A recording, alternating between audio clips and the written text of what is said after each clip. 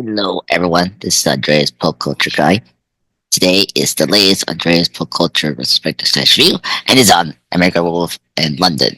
It's the 1981 classic werewolf horror comedy film written and directed by John Landis, and in a natural co-production of United Kingdom and United States together.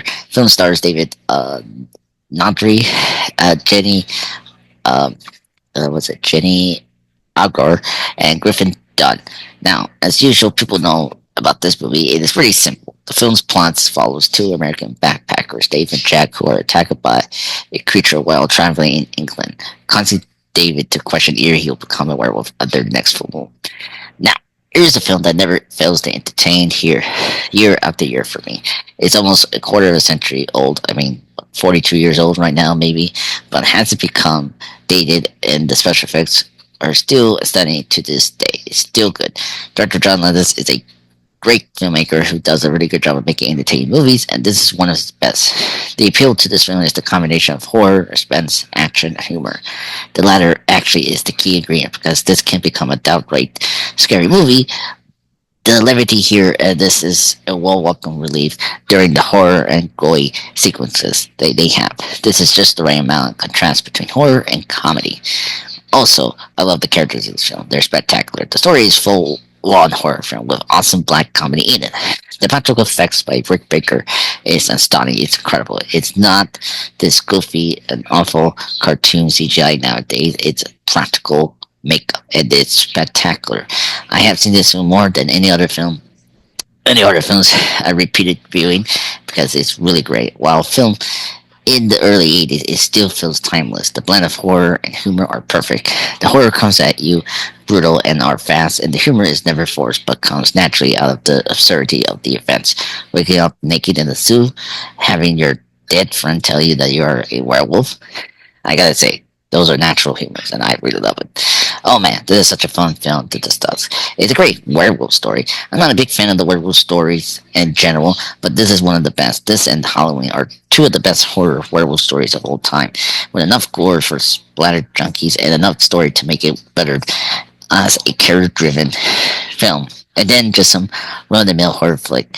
It's more than that. This was created in a time where horror was horror, as opposed to these kiddie flicks that we usually get now with the particular jump scares we get today's horror films, which is annoying. Speaking of Rick Baker, the special effects done really great with Rick Baker. Honestly, it's done even more beautiful than a lot we get today's horror films. Or transformation. This first transformation scene is one of the best ever to feature in a werewolf film, especially with the convincing screams of pain from David. The actual look of the werewolf is also just as great, giving one of the most menacing evil appearance that I've ever seen as a wolf. The howl sounds like a mixture between its man's scream and an actual beast giving a call, a sound that sends a chill down your spine every time you hear it. These sort of details remind me of what horror werewolves should sound like. Of course, Landis did a good job put that great focus on the horror aspect of the film.